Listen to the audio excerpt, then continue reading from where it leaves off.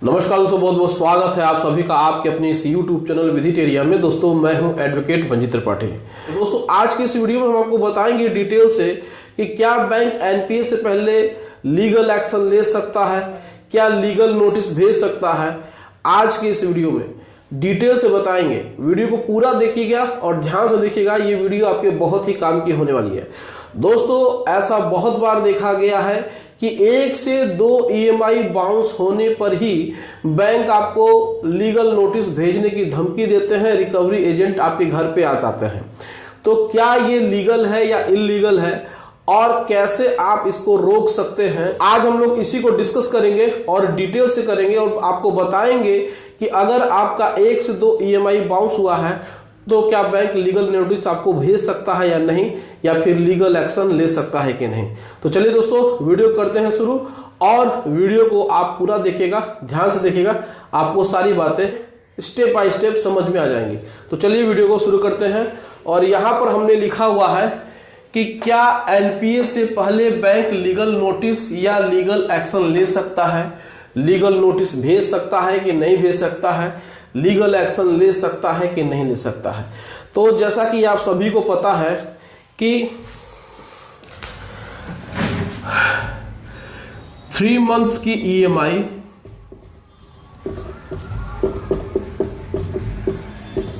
आपकी जब तक बाउंस नहीं होगी तब तक आपका अकाउंट एनपीए नहीं होगा।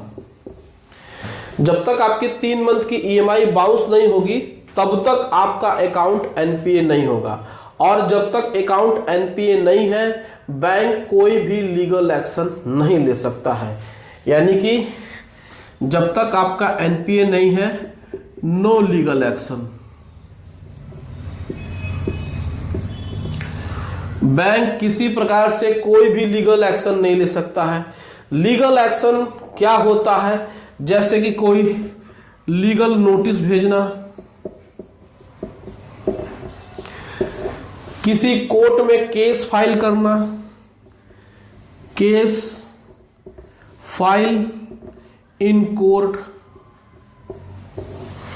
किसी प्रकार से लीगल नोटिस नहीं भेज सकता है, किसी प्रकार से कोई भी केस किसी भी कोर्ट में नहीं कर सकता है जब तक आपका अकाउंट एनपीए नहीं है। और एनपीए होने की जो शर्त है वो 3 महीने की ईएमआई बाउंस होनी चाहिए। 3 महीने की ईएमआई बाउंस होगी तभी अकाउंट एनपीए होगा और उसके बाद ही बैंक लीगल नोटिस या लीगल एक्शन ले सकता है। लेकिन अगर आपकी मान के चलिए 2 ईएमआई ही बाउंस हुई है और बैंक ने अपने एडवोकेट के माध्यम से आपको लीगल नोटिस भेज दी है, तो अब यहां पे आपको क्या करना है, इस बात को समझने की कोशिश करिए। अगर 2 ईएमआई आपकी बाउंस हुई है और एडवोकेट की लीगल नोटिस आई है,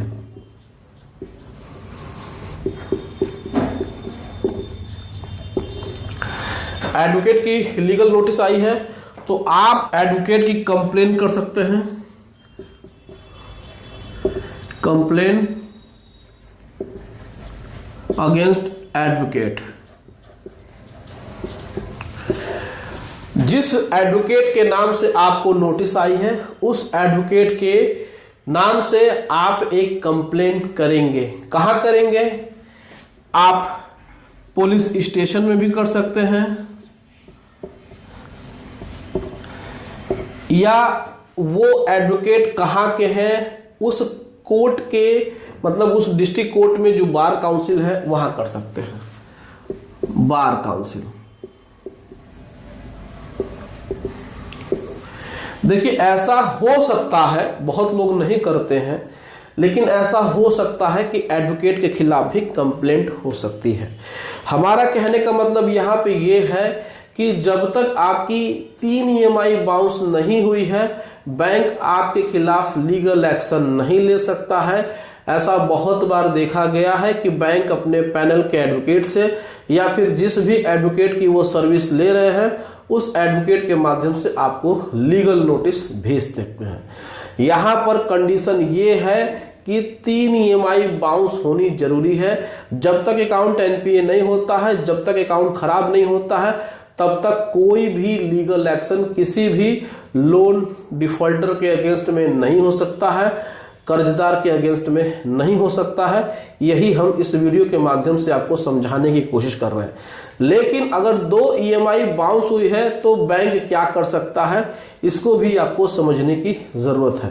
अगर 2 EMI बाउंस हुई है तो बैंक क्या क्या कर सकता है, क्या नोटिस भेज सकता है, वो हम आपको बता रहे हैं। देखिए, अगर आपकी 2 EMI बाउंस हो गई है तो बैंक आपको रिकॉल नोटिस भेज सकता है। बैंक रिकॉल नोटिस भेज सकता है। रिकॉल का मतलब होता है वो आपको याद दिला रहा है कि आपकी EMI बाउंस हो रही है, आप उसका पेमेंट कर दें। रिकॉल नोटिस और लीगल नोटिस में अंतर होता है, उसमें बहुत बड़ा अंतर होता है। इसको हम अपने नेक्स्ट वीडियो में डिटेल से बताएंगे। तो रिकॉल नोटिस, इसी को रिमाइंडर नोटिस भी कहते हैं।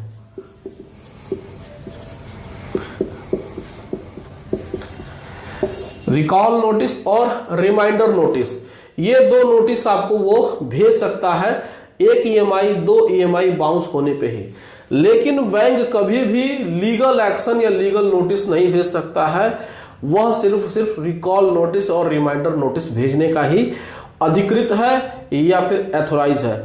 जहां आपका अकाउंट NPA हुआ, 3 EMI बाउंस हुई, तो ही वो लीगल एक्शन या फिर लीगल नोटिस भेजने का वह राइट होल्डर है बैंक। लेकिन 2 EMI बाउंस हो गई तो वो इसको रिकॉल नोटिस ही भेजेगा। अगर आपके साथ ऐसा कुछ हो रहा है तो आप डरिए नहीं, उसका कंप्लेंट करिए। और लीगल नोटिस आई है तो उसका बैंक के अगेंस्ट में कहां कंप्लेंट करनी है, ये भी हम आपको आज बता दे रहे हैं। अगर आपकी 2 EMI बाउंस हुई है और बैंक आपके खिलाफ लीगल नोटिस भेजता है तो बैंक के खिलाफ कैसे आप शिकायत कर सकते हैं, बैंक की कंप्लेंट कहां करनी है, ये हम आपको बता रहे हैं। ये आपको करना है अपने डिस्ट्रिक्ट के कंज्यूमर फोरम में।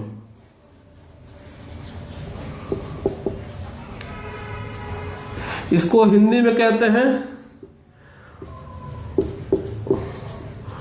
उपभोक्ता संरक्षण न्यायालय।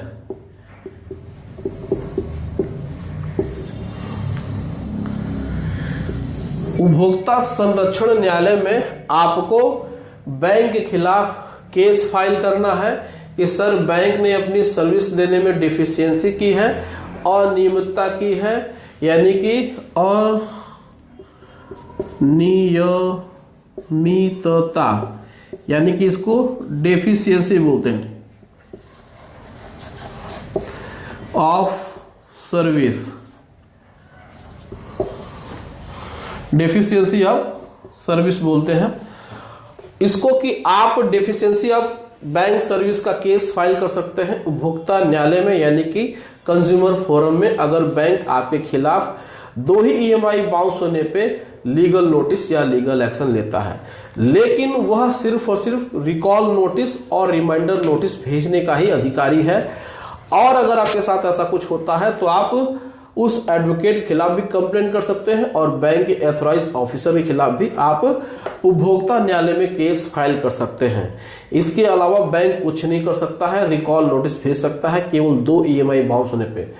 3 EMI बाउंस होने के बाद ही वह लीगल एक्शन लेने के लिए अधिकृत है, एथोराइज है। तो दोस्तों, वीडियो अच्छी लगी हो तो वीडियो को लाइक कर दीजिएगा, इसे अपने दोस्तों और रिश्तेदारों में शेयर कर दीजिएगा और हमारे चैनल को सब्सक्राइब करके हमें सपोर्ट जरूर प्रदान करिएगा। चलिए, मिलते हैं अगली वीडियो में एक नए टॉपिक के साथ। तब तक आप अपना और अपने पूरे परिवार का ध्यान जरूर रखिए। Thank you so much. जय हिंद दोस्तों।